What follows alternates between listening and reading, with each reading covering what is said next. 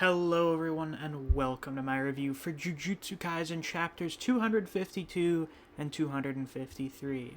I really wanted to do videos on the last couple of chapters, but unfortunately my laptop died. It stopped working entirely, and as a result I was not able to do any videos over the last week while I was home for spring break, which really sucks because this week's chapter would have made for a great reaction. But alas, here we are now, catching back up on things a little bit. Before we get into that, as always, if you haven't already, definitely be sure to like and subscribe. I'd like to try and hit at least 100 likes on this week's review. Now then, without any further ado, let's get right down to business, shall we? So, I guess I'll go over the chapters in order here, kind of go through them chronologically. It's usually the simplest and easiest way to go through these things. So, start of chapter 252, we get a slight flashback to Kusakabe and Ino outside of Yuta's domain, talking about what the plan is here. Basically, the plan being they are going to bring down Sukuna's guard. So, he is going to have his moment where he thinks he has won, and Yuta's domain will break, when in actuality, Yuta is going to drop his domain intentionally, and Maki is going to rush in and sneak attack him. And that is exactly what she did at the end of the previous chapter. Her sword was presumably already inside the domain. Maybe it was being stored within Rika, and she, dropped it off in the domain for Maki to pick up. So Sukuna didn't notice it suddenly appearing. Now, there is a sequence of pages this chapter that look unfinished. Sort of reminds me of, funnily enough, Maki fighting the Zenin clan, and those really rough, unfinished panels. I imagine these will get finished in the volume release. Safe to assume Gege just really needed to get work started on all of those color pages that came out this week, so I had to guess this probably took a bit less precedent over that, but you can still generally tell what's going on. It just looks a bit rough. Now, Rika, still manifested here, rushes in and grabs Yuta, flies off with him, and Yu appears and they teleport away. And Yuta's not confirmed dead yet or anything, so presumably they're going to heal him. And as for the cut that hit Yuta, we'll discuss the exact nature of the World Slash and what is and is not the World Slash, because it seems like this is still kind of an unknown here, that I imagine is going to get explained somewhat in the relatively near future. So that happens. You got Maki going into her 1v1 against Sukuna, and a bit of an explanation about how reverse curse technique interacts with damage to the soul. Essentially just, you need to have awareness over your own soul and be able to interact with it.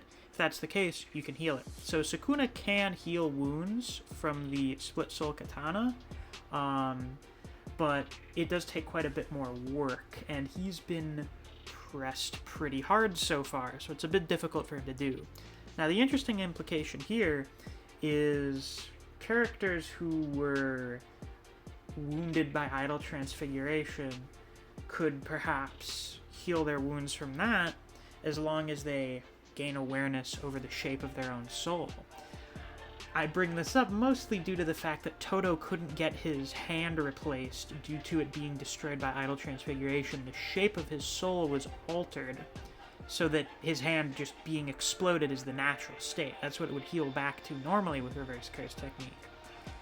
Given that the notes on the nature of the soul and such are from Yuki, Todo's teacher, and would presumably be given to him as well, may be possible for Todo to learn reverse curse technique and heal his hands, which would mean Todo could return and we'll see Boogie Woogie in action again. Maybe that's just wishful thinking, who knows.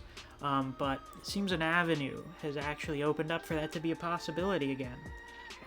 So, pretty pleased about that. Oh, and if you're still really high on Cope about Nobara, I guess that's a possibility for her as well. Not very likely, but, I Guess that's another thing you could work with. Now, Yuji runs in, and speaking of reverse curse technique, he collapses and starts coughing up blood, because it seems like there is some part of him that he hasn't fully healed yet. Because Yuji is still a relative novice when it comes to using reverse curse technique, and he has taken a lot of internal damage over the course of this fight. So there may be something he's missed, something he hasn't fully healed, because he hasn't focused on healing that specific part of himself. And Chozo shows up here and gives him some advice, tells him to remember what he was taught, and we get a really cool visual for how reverse curse technique works. I imagine this probably relates somewhat specifically to blood manipulation, and based on the way Chozo's helping him here, you know, safe to assume Chozo knows reverse curse technique as well now, especially since he's standing up and walking around after Sukuna shoved 2 of his arms through his torso. So yeah, Chozo also knows reverse curse technique now, which is cool. But it's really neat to get the visual of all of your veins and nerves, your blood vessels spreading out like roots across your body, and visualizing the outline of your body through that. And then just using that to think about how you need to heal yourself, rather than thinking about specific parts or sections or organs. That's just a really cool way to do, you know, magical healing. So we get back to the back and forth here between Maki and Sukuna, and Maki is very much holding her own against him. It's primarily a physical battle, and she's actually like overpowering and throwing around Sukuna. So safe to say, when it comes to sheer physicals, at least pure physical strength, Maki and Toji definitely on par, if not surpassing Sukuna. I mean, that's sort of the takeaway here generally, just in terms of raw physical power. These heavenly restriction people definitely take the cake.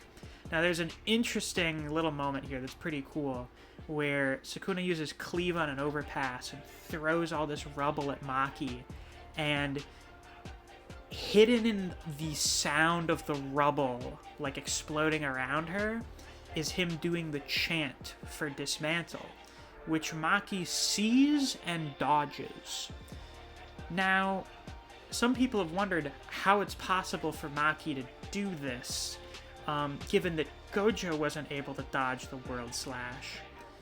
And I think it's quite clear that this is not the World Slash, then. This is just an empowered dismantle. Seeing as we still haven't gotten the exact details as to how it works, and the fact that Sukuna was not able to make hand signs when he used the slash on Gojo, I think it's still pretty obvious that when he uses hand signs, when he uses chants, that's not necessarily the World Slash. There's clearly a difference between when he used it on Gojo and Kashimo, and when he's hit Higuruma with it, when he's hit Yuta with it, and when he's hit Maki with it, or when he's tried to hit Maki with it.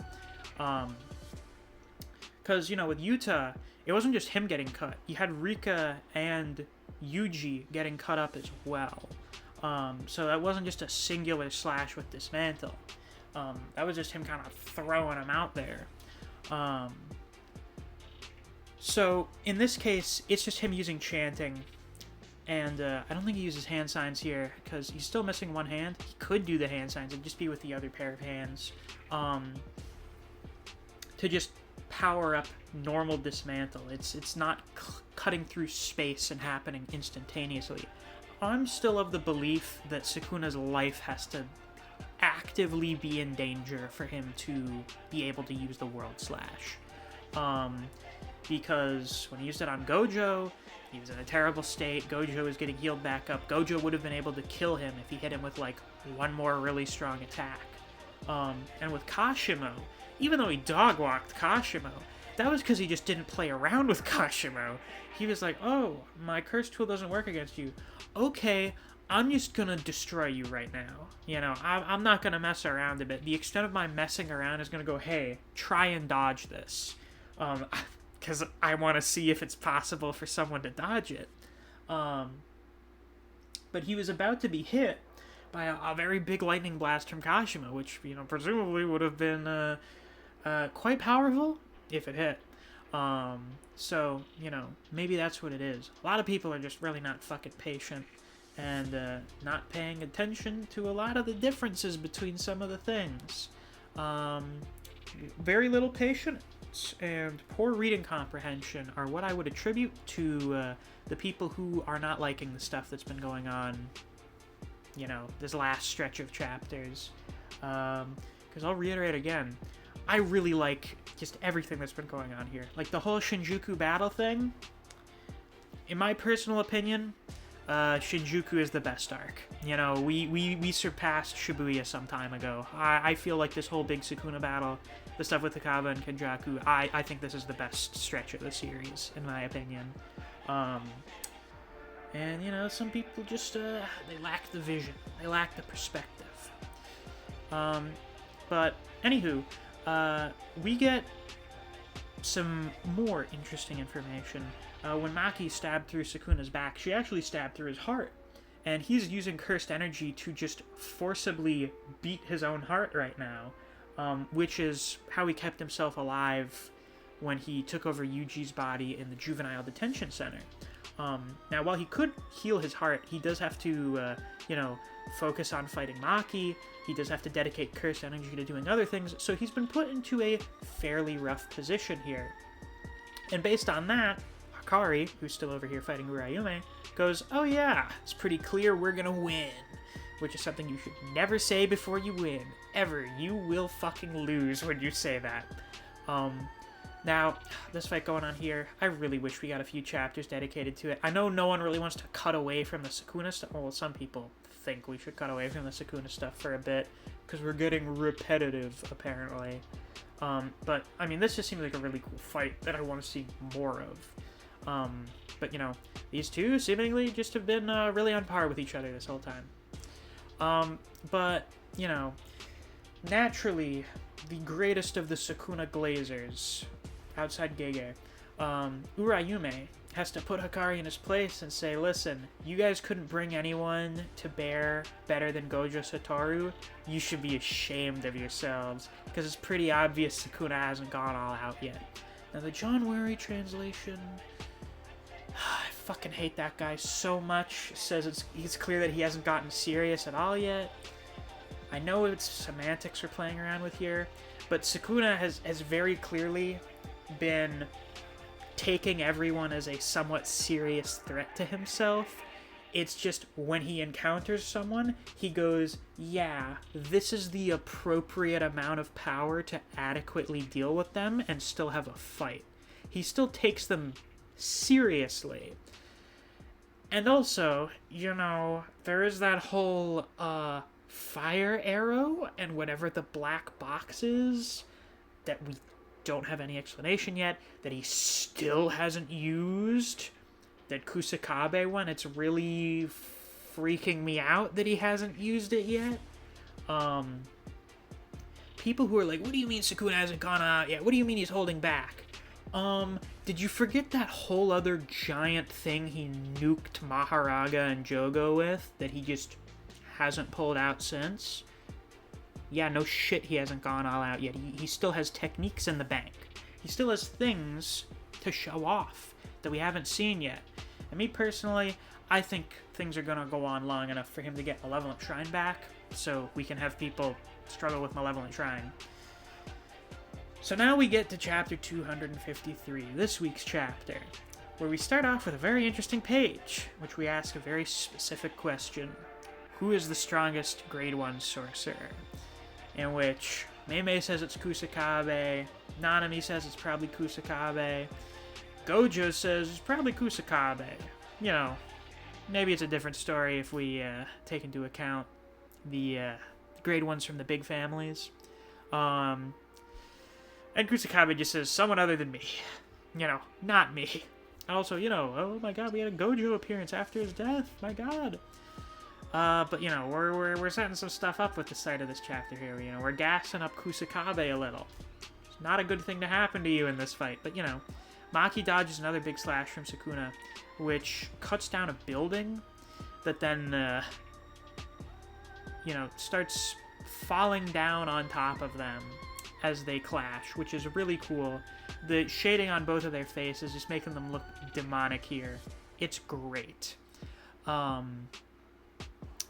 then, you know, they're just jumping around the city, smashing each other up, throwing cars around, and I just have to say, looking at some of the stuff that Gege draws this chapter, I think it's really obvious that he really liked some of the stuff that they did with Sukuna and his technique in Shibuya.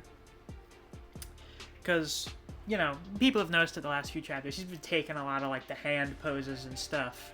The first-person shots, the effects for Cleave and Dismantle sort of just looking like, almost like sparkles in the air. So Maki gets knocked back into a building, and Sukuna actually, like, catches up to her, because he's still really fast. And he hits Maki with a cleave, which, you know, quite damaging, but Maki's a tank. Ino is here, and he's going to hit Sukuna with one of his attacks. We are never seeing what Ryu can do. We're never seeing what the fourth beast can do, because he just turns around, and he hits them with this, the fruitiest, weakest little dismantle of all time. Cuts him up, and then he comes forward, and he does this disgusting front kick. Not because the posture of it's really weird, but just the way the impact is drawn on Ino, it's like, oh my god, I think all of his insides just got liquefied. But then he notices, as Ino gets blown out this window here, that he didn't have Nanami's cleaver on him, as they were right at the end of a hallway here, and we see in the window above them, on the floor above, Kusakabe has the cleaver, and he doesn't attack down at Sukuna, but he, you know, realized someone else must have had it and blocked the attack. It was a really good page here, by the way. I really like the paneling on that page. He grabs Kusakabe, throws him into a wall, but then Maki rushes up and knocks Sukuna away before he can kill Kusakabe. And it seems like she really did just kind of fucking tank that cleave, which is very impressive to say the least. So then she goes and she grabs what I think is like a steel door, or maybe a whole like pillar in this room. I can't quite tell. And just smashes Sukuna with it. So then she thinks about the fact that, you know, even if we save Yuta, everyone's getting worn out as this is going on here. I need to finish this right now. And then we get into some narration for Sukuna, in which we talk about all the really strong people that he's had to fight after killing Gojo, all of them representing different peaks of Jujutsu sorcery, but the one that he's most interested in is Maki, because Maki is the most unique. Maki is an anti-sorcerer. She has no cursed energy, no technique, all of that abandoned to heighten her physical abilities to superhuman heights. And Sukuna is enraptured by this. He's brought to ecstasy as he speed blitzes Maki, grabs her by the face, I imagine hit her with a little bit of cleave, because, you know, there's some blood there on her face coming off of his hand. And he gets so riled up because Maki represents something that denies sorcery. The outcome of this fight will prove which is worth developing, sorcery or body. And he stops using reverse curse technique to, you know, further fortify the curse energy around his fist. As he said, this is the only time a role has ever been forced upon me. Sukuna has always been someone that's just lived at his own whims. But here, when he encounters someone who rejects everything that he stands for, he can't let it slide. He has to prove something for once. Because Sukuna doesn't just like strong people, and he doesn't just like fighting. Sukuna loves sorcery. He loves Jujutsu. He loves all the caveats and the intricacies of how it works. He loves when people master the different aspects of it, and he loves his own mastery of it. He adores the principles of Jujutsu, embodying them and taking them to their absolute limits. So when he encounters someone who rejects all of those things, can't let it slide. Can't let it slide, gotta prove a point. And how does he prove that point? By hitting Maki with a black flash. So, you know, there you go. Finally got one here. Yeah, you know, fights Gojo, fights Kashimo, fights Yuta, yeah, whatever. Encounters a woman, gotta lock in. Gotta lock in. Oh, that's so funny. Yeah, I'll the post on that would be fucking hilarious.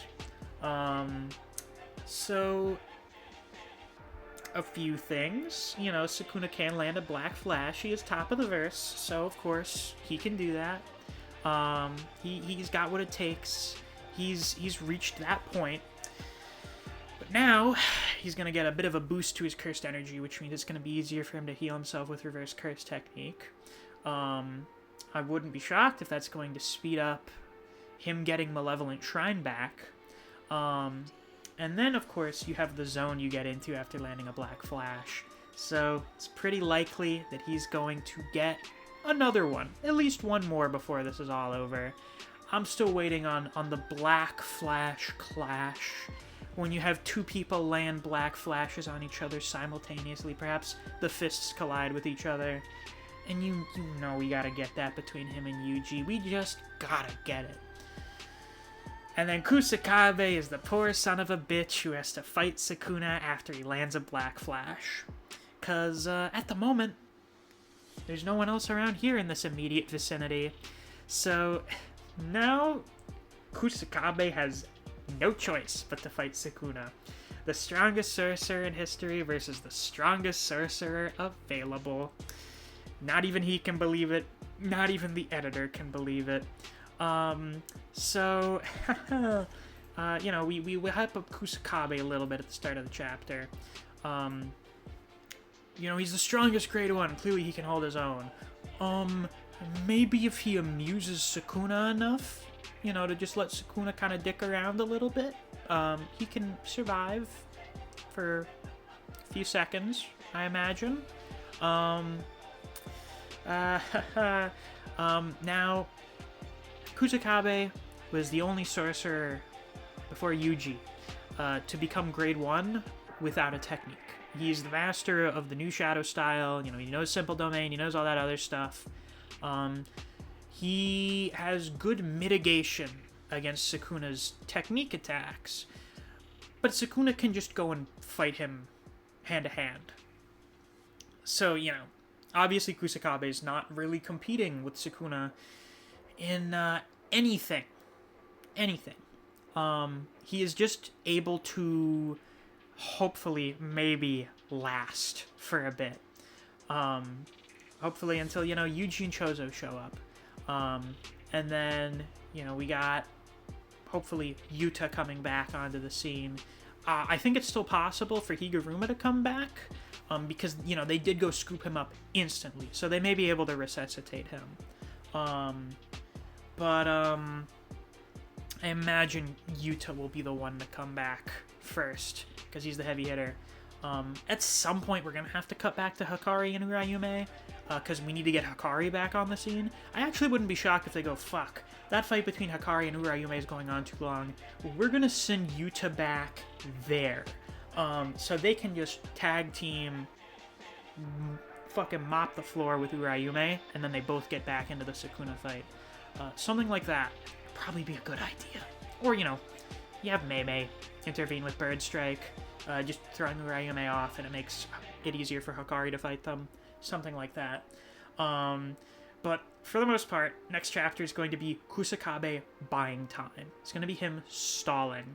I wouldn't be shocked if at least a quarter of the chapter is just internal monologuing from Kusakabe about how the fuck do I get out of this? I was gonna run away, but now there's no choice. Now there's no choice. I have to fight Sukuna. There's no one else here to do it. I'm expecting next chapter to be very outstanding for Kusakabe, who's already a very relatable character. You know, the guy who knows his place. He knows how strong he is. he knows he cannot tango with the top tiers, so he just wants nothing to do with it. Now he's got no choice. So what's he gonna do? Only time will tell. As, of course, we're on break next week. I'm gonna do a video just sort of talking about this fight overall so far. You know, the big Sukuna raid. You already know I really like it. But I'm gonna talk about it a bit more in depth next week in place of a reaction or review, since, you know, there's no chapter to do that with. So, if you're looking forward to that, definitely be sure to subscribe so you don't miss it. If you enjoyed this week's video, be sure to subscribe as well. Perhaps leave a like and a comment. It helps boost me up in the algorithm. I'd greatly appreciate it. And if you enjoy the content I produce in this channel, you enjoy discussing JJK with other people, anything like that, be sure to check out my Discord server. I have a link to that down in the description. Thanks for watching. I'll see you guys around. Take care.